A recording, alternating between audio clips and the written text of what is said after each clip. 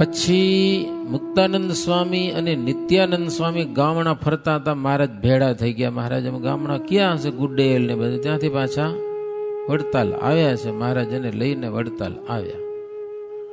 શ્રીજી મહારાજ એવું સાંભળ્યું કે અમદાવાદમાં એક વેદાંતી આવ્યા છે, આચાર્ય, વેદાંતના આચાર્ય. તો આવા ભણેલા માણસો મહારાજને બહુ ગમતા.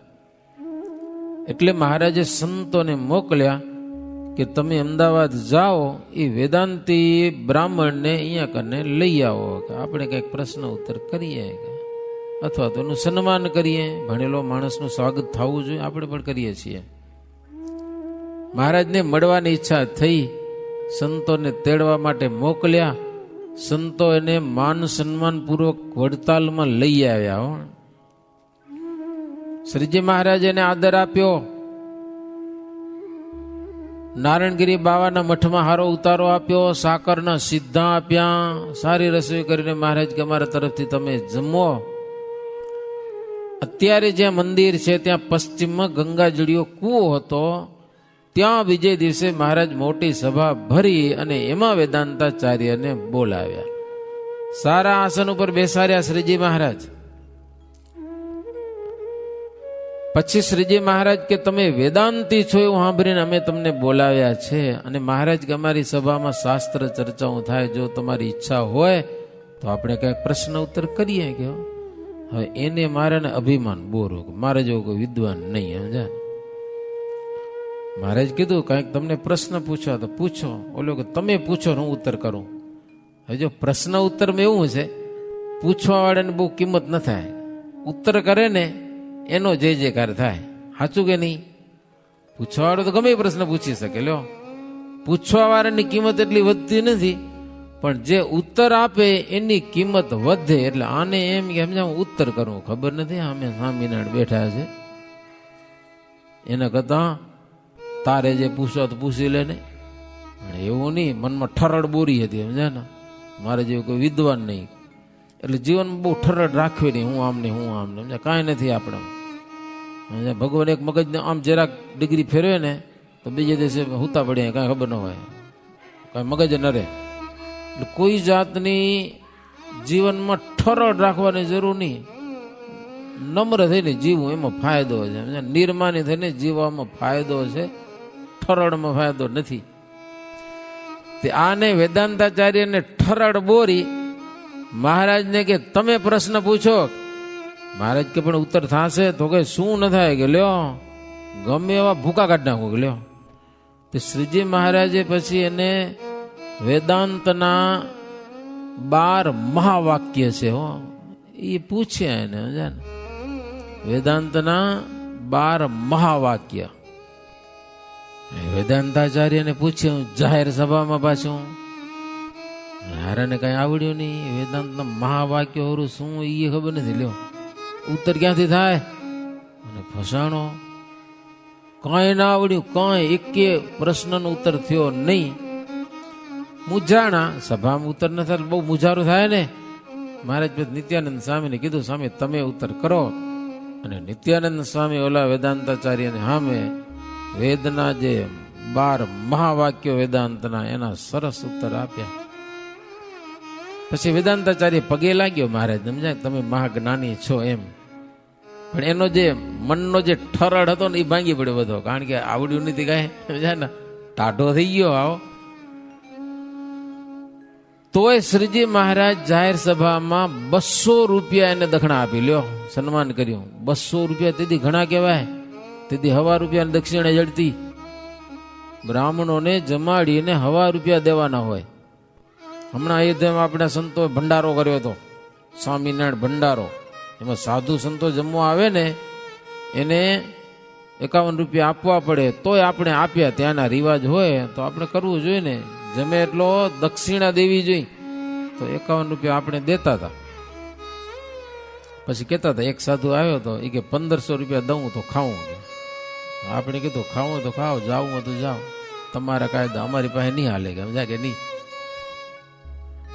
એટલે ખાવું તમને છે અને આટલા રૂપિયા દો તો ખાવું, એવું વળી શું હે? કે હે તો શ્રીજી મહારાજ કેટલા દયાળુ, પ્રશ્નના ઉત્તર ના થયા તોય સન્માન કર્યું, અને તિદીના સમયમાં 200 રૂપિયા શ્રીજી મહારાજ એને ભેટ આપી. લ્યો આ વેદાંતાચાર્યને. અને ત્યાંથી વિદાય લીધી. એને વિદાય લઈને પીપળાદ ગામમાં જઈને સભા કરી, અને ત્યાં હારા સ્વામિનારાયણની નિંદા કરી કે હું ગયો તો વડતાલ સ્વામિનારાયણની સભામાં, મેં પ્રશ્ન પૂછ્યા, સ્વામિનારાયણ કઈ આવડી જ નહીં. કે લ્યો એ સભામાં કોઈ હરિભગત બેઠા હતા, એ સાંભળી ગયા. આ હારો ગપ્પો મારેલો કે સ્વામિનારાયણ ના આવડે કઈ એ વસ્તુ શક્ય છે? આ પૂછે ને સ્વામિનારાયણ ના આવડે, નો પોસિબલ ભાઈ. મહારાજને તાત્કાલિક કાગળ લખ્યો. મહારાજ પાસે કાગળ આવ્યો કે આ વેદાંતાચાર્ય તમારી નિંદા કરે છે કે સ્વામિનારાયણ કઈ આવડ્યું ને શું વાત છે. કાગળ આવ્યો, મહારાજ વાંચ્યો. મહારાજ કે જીવની અવડાઈ તો છે, સમજાય કે રૂપિયા દઈ તોય મારા ઊંધામાં ચડે. કે લ્યો પછી મહારાજ મુક્તાનંદ સ્વામી, નિત્યાનંદ સ્વામી અને માનુભાવાનંદ સ્વામી 3 સંતોને કીધું તમે જાઓ એને પકડો વેદાંતાચાર્યને. સમજાય નિંદા કેમ કરે કે આપણે શું બગાડ્યું એનું? કે આપણે સન્માન કરવા માટે એને બોલાવ્યો તો ભાઈ. સંતો ગયા પાછળથી, સમજા ને નડિયાદમાં જઈને પકડ્યો એને. સમજા ને નડિયાદમાં નિત્યાનંદ સ્વામી કીધું વેદાંતાચાર્યને કે જો તમે આવ્યા હતા ને તમારે કહેવાથી સ્વામિનારાયણ પ્રશ્ન પૂછ્યા, તમારાથી ઉત્તર નથી આવતો, મેં કર્યા. કે તમને તકલીફ શું છે? નિંદા કરો છો ગામો ગામ જઈને સ્વામિનારાયણની, ઉત્તર તો તમારાથી નતા થયા, છતાંય સ્વામિનારાયણ ભગવાન તમારું સન્માન કર્યું છે, અને હવે તમારે એની નિંદા કરવાની શું જરૂર છે? નિત્યાનંદ સ્વામી કે હજી સભા ભરવી છે, હું પ્રશ્ન પૂછું કે કરો ઉત્તર ખબર પડે. બોલ્યો હવે તો ફસાણો. નિત્યાનંદ સ્વામી કે કો તો કાશી સુધી આવી. કે બોલો કાશી સુધી હાલી કરો સભા, અને તમને પ્રશ્ન પૂછી કરો ઉત્તર ખબર પડે. ઓલે જાણ્યું કે હવે આ પૂછશે તો મને નહીં આવડે. સમજા ને હવે તો મૂંઝણ હકીકતમાં પકડવાનો હરખો કરીને. સમજા ને વેદાંતાચાર્ય સુણી નરમ પડ્યો તે હઠામાં, પછી બોલ્યો કરીને પ્રણામ, કરો આજ ક્ષમા એક વાર, ફરી એવો કરું ન ઉચ્ચાર, કહ્યું સંતે આવી પ્રભુ પાસ, સુણી બોલિયા શ્રી અવિનાશ. પછી ઓલો વિચાર્યો કે મારા સાધુ છે કાશી સુધી આવે તો મારી તો બદનામી થવાની છે ને. પછી પગે લાગ્યો, માફ કરો જેવો ભૂલ થઈ ગઈ મારી, હવે નિંદા નહીં કરું. કે સમજા કે નહીં, હવે નિંદા કરીશ નહીં. સારું. કે પછી સંતો આવ્યા મહારાજ પાસે, મહારાજને વાત કરી, મહારાજ જવા દીધો, કાંઈ વાંધો નહીં, નમી ગયો ને. બાકી મહારાજ કે જે જેવા કર્મ કરે એના ફળ ભોગવે. આપણે ક્યાં એનું ખોટું કર્યું? કે આપણે સન્માન કર્યું, એને હારા સીધા દીધા, હારા ઉતારા દીધા, આપણે બોલાવ્યો તો એ પ્રમાણે આપણે બધી એની ફરજ બજાવી દીધી. આપણે કાંઈ ખોટું કર્યું નથી. શ્રીજી મહારાજે વાતને વિસારી દીધી, અર્થાત માફ કરી દીધો. લ્યો ને બધું. ભગવાન છે એ દયાળુ છે, અતિ દયાળુ. અવગુણ જનનાન ચિત આણે, શિશુ સમ સર્વ મનુષ્યને પ્રમાણે, વિપરીત મતિવંત વૈર રાખે, પણ પ્રભુ તેનું ભલું થવાનું ભાખે. इति श्री बिहारी लाल जी आचार्य विरचित हरिलीलामृत सप्तम कलश चिंत्यानंद वर्णींद्र भय सिंह संवादे श्री हरिणावृत्तालय वेदांताचार्य पराजय करण नामा अष्टषष्ठीतमो अध्याय। सहजानंद स्वामी महाराजनी जय। स्वामी नारायण हरे। વેદાંતી આચાર્ય ગયો અને વાલો હતા વરતાલ, મંડળ ફરવા મોકલી ચાલ્યા ગઢપુરે ગોપાળ। એક લીલા વેદાંતાચાર્યની થઈ ગઈ. પછી મહારાજ ગઢપુર ગયા છે. સંતો ગામડા ફરવા માટે ગયેલા છે. મહારાજ ગઢપુર ગયા તો એ બુદ્ધેજ ને આ બધા ગામડાઓમાં ભક્તજનોનું દર્શન દેતા ગઢપુર પહોંચ્યા છે. ગઢપુરમાં આવીને વસંતનો મહારાજ ઉત્સવ કરેલો છે, ફૂલડોળનો ઉત્સવ કરેલો છે, રામનવમીનો ઉત્સવ શ્રીજી મહારાજ કરેલો છે. પછી શ્રીજી મહારાજ આ ઉત્સવમાં અમદાવાદના ભક્તજનો આવ્યા હતા. એ કથા આવે છે. શ્રીનગરના નથુ ભટ્ટ, કુબેરસિંહ, આ બધા ભક્તો આવેલા. એને શ્રીજી મહારાજે ગઢપુરમાં પૂછ્યું દેશકાળ કેવા છે. કારણ કે અમદાવાદનો રાજા સુબો ખતરનાક હતો થોડો, સ્વામિનારાયણ સત્સંગીને હેરાન કરતો હતો. તો મહારાજ કે દેશકાળ કેવા ચાલે છે. અમે જેદી આવ્યા હતા મહારાજ કે તેથી રાજ્યના અધિકારીએ એમ કીધું હતું કે જ્યાં સુધી અમારું રાજ્ય હોય ત્યાં સુધી તમારે અમારા ગામમાં આવવું નહીં. મહારાજ કે હવે શું છે કે પરિસ્થિતિ અમદાવાદની. અંતર્જામી જાણે છે પણ એક માનવ લીડા છે, પૂછવું એમ એક જાતની મજા છે, ભક્તોને કહેવાની પણ મજા આવે. તો મહારાજ કે યથા રાજા તથા પ્રજા, તો રાજા એવો છે તો પ્રજાને કેવું સુખ હશે એ કહો. એટલે ભક્તજનો વાત કરી કે મહારાજ સાંભળો. હરિની દયાથી દેશમાં શુભ રાજ્ય અંગ્રેજી થયું, સુખ શાંતિ થઈ સર્વ સ્થળે, જન સર્વનું સંકટ ગયું. જે દુષ્ટ લોકો દ્વેષથી જન સાધુને સંતાપતા, નિજ ધર્મનું અભિમાન ધરી પર ધર્મીને દુઃખ આપતા. મહારાજ ભગવાનની દયાથી બહુ સારું છે. હવે તો અંગ્રેજનું રાજ થઈ ગયું અમદાવાદમાં. એ સુખ શાંતિ પ્રસરેલી છે. દુષ્ટ લોકો દ્વેષથી સાધુ સંતોને સંતાપતા હતા ને, એનું અભિમાન બધું ગયું છે કે બધા જલાઈ ગયા, પકડાઈ ગયા. નર પ્રતિ પ્રજાને પીડતા, રાજા પ્રજા પાસેથી જેમને તેમ કરીને કર ઉઘરાવી લેતા, પૈસો લઈ લેતા, નિર્દોષીને દંડતા, લાંચ લેતા હતા. રાજાના કારભારી પણ એવા હતા, એ પ્રજાને જેમને તેમ લૂંટતા હતા. રાજ્યમાં કોઈ જાતના કાયદાની ને કોઈ જાતના નિયમની ને, રાજા બોલે સાચું, બીજું બધું ખોટું. કાયદા નિયમ કાંઈ નહીં, રાજા કામ કરો એટલે એમ કરવાનું, એ એનો કાયદો બની ગયો. ઘણા બધા ચોર લોકો નો ત્રાસ પણ હતો, લૂંટારાઓનો ત્રાસ હતો. ધોળે દિવસે ધાડ પડતી, રાજા કોઈ રક્ષણ કરતા નહીં. અને ડાકુ લોકો, લૂંટારા લોકો રાજાને ભાગ દઈ દેતા હતા પૈસા. આજે હાલે તેથી હાલતું હોય ને, રાજા કાંઈ ના કરે પછી પૈસા મળેલા ને આપણે વાત જવા દો. એવા અનેક જાતના સંકટ હતા. તે દુઃખ ગયા ને દેશમાં શુભ રામ રાજ્ય ગણાય છે. સૌ વાઘ બકરીએ કયા રે પાણી પીહર ખાય છે. જુલમી અધર્મી જે છે નથી રાજ્ય ગમતું તે હને. આ રાજ્યનો ઉપકાર માને ધર્મ વાલો જે હને. રામ રાજ્ય થઈ ગયું. હવે તો રામ રાજ્ય. વાઘ બકરી એક જગ્યાએ પાણી પીવે છે ભેગા. અધર્મીને જુલમી હતા ને એને રાજ્ય ગમતું નથી. જો અત્યારે આપણે કહીએ છીએ અંગ્રેજો આમ કરી ગયા તેમ ગયા, અને કરી ગયા, નથી કરી ગયા એમ નહીં. પણ એ જ્યારે આવ્યા ને ત્યારે પક્કો ન્યાય નીતિનો ઝંડો લઈને આવ્યા હતા. અને શ્રીજી મહારાજના અરસામાં એ લોકો આવ્યા હતા, ગુજરાતમાં તો ખાસ.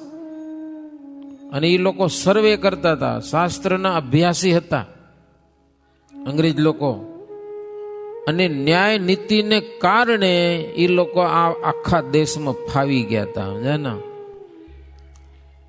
જેટલા સ્વામિનારાયણના સત્સંગી હતા કે સાધુ હતા કે ભાઈઓ બહેનો વિધવાઓ બધા ઉપર એને રિસર્ચ કર્યું કે જેટલા સ્વામિનારાયણના છે ને એ બરોબર છે, એ ન્યાય નીતિ વાળા છે, બાકી બધા ખોટા છે કે કોઈ શાસ્ત્ર પ્રમાણે વર્તતા નથી.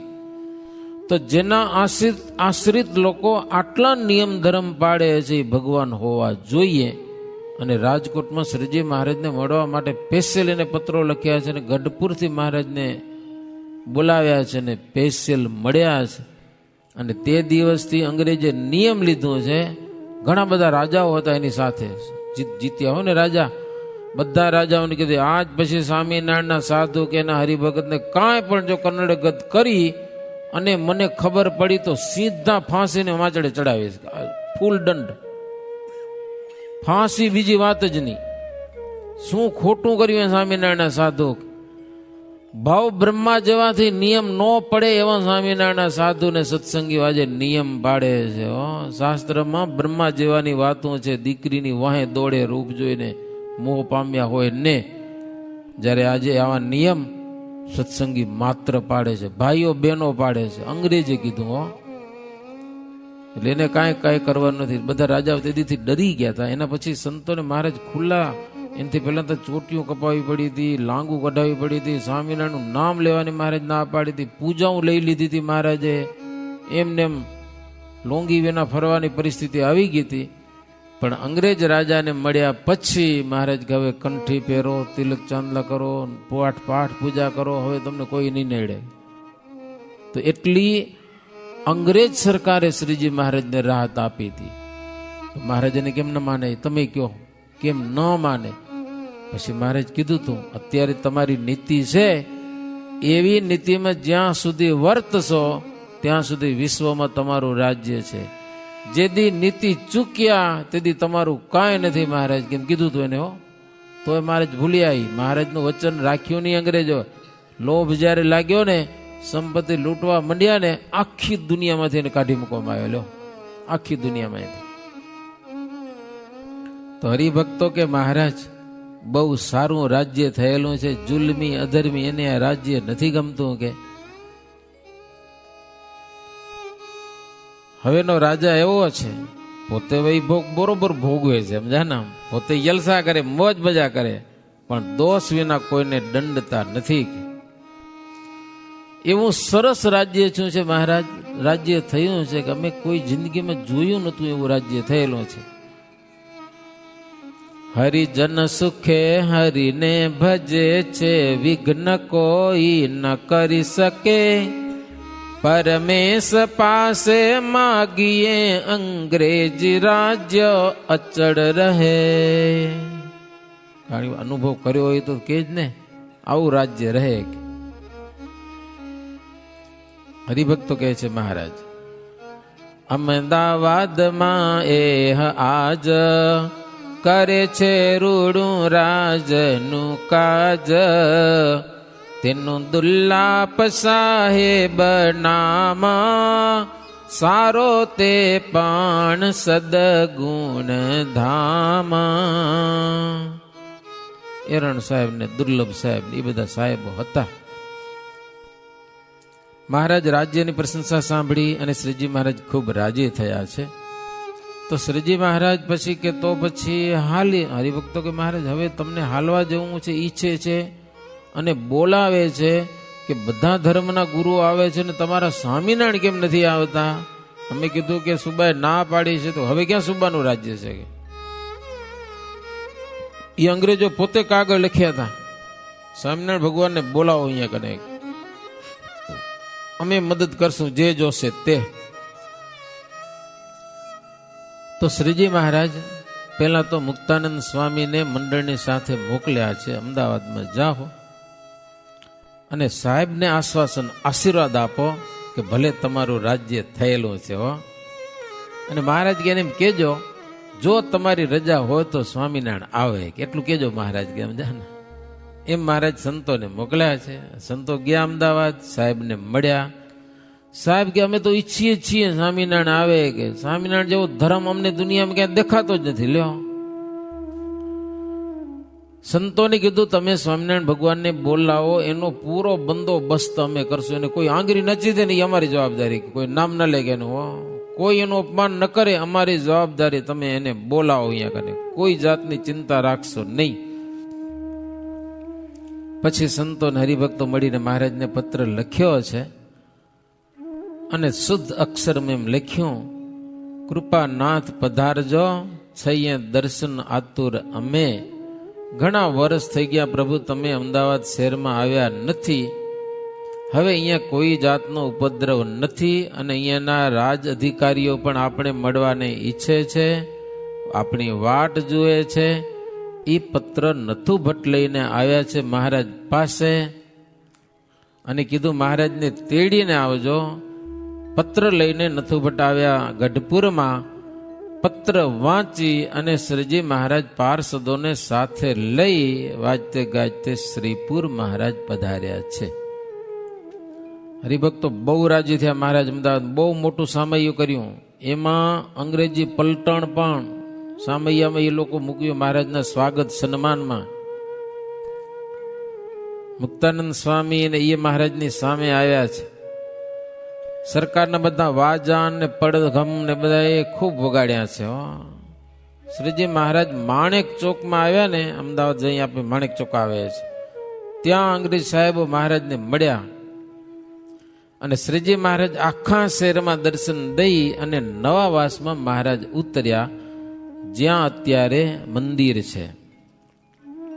મુક્ત બ્રહ્મચારી થાળ કર્યો, મહારાજ જમ્યા.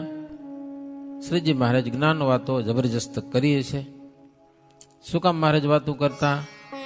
જીવને સંસારમાંથી ચિત્ત ચોટે અને ભગવાનના ચરણમાં ચિત્તવૃત્તિ લાગે, એટલા માટે મહારાજ ઉપદેશની વાતો કરતા. ભક્તો સાંભળીને ખૂબ રાજી થયા અને પછી શ્રીજી મહારાજનું પૂજન વગેરે કરી અને અદ્ભુત સ્તુતિ કરેલી છે.